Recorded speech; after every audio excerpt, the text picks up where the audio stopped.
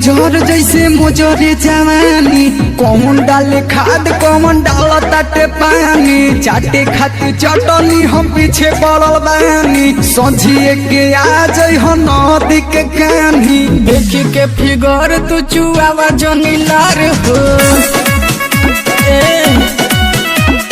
मजा पूरा लिही मोर चौरसिया भतार हो। हमके मोजर जैसे मोजरे जवानी, कौन डाले खाद कौन डाल ताटे पानी, चाटे खातिर चटनी हम पीछे पड़ल बानी, सझिए के आ जाइ हो नदी के कानी। देखी के फिगर तू चुआवा जनी लार हो, मजा पूरा लिही मोर चौरसिया भतार हो।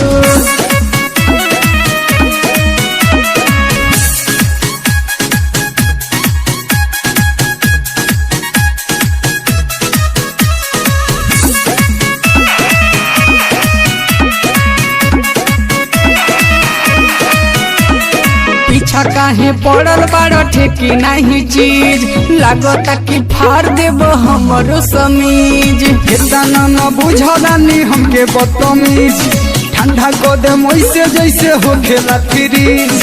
देखी के फिगर तू चुआवा जनी लार हो, मजा पूरा लिही मोर चौरसिया भतार हो। हमके मोजर जैसे मोजरे जवानी, कौन डाले खाद कौन डाल ताटे पानी, चाटे खातिर चटनी हम पीछे पड़ल बानी, सझिए के आ जाइ हो नदी के कानी। देखी के फिगर तू चुआवा जनी लार हो, मजा पूरा लिही मोर बरैया भतार हो।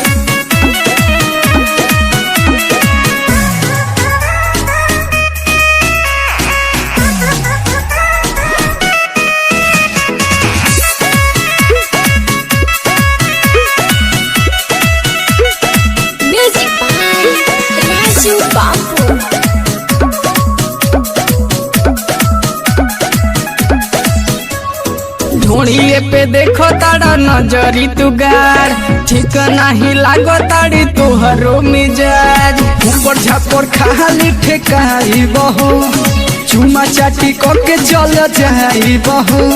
देखी के फिगर तू चुआवा जनी लार हो, मजा पूरा लिही मोर चौरसिया भतार हो।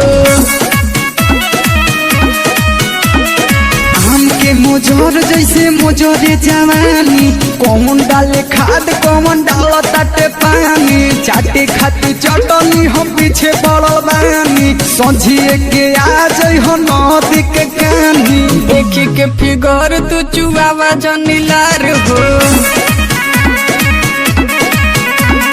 मजा पूरा लिही मोर राजेंद्र भतार हो।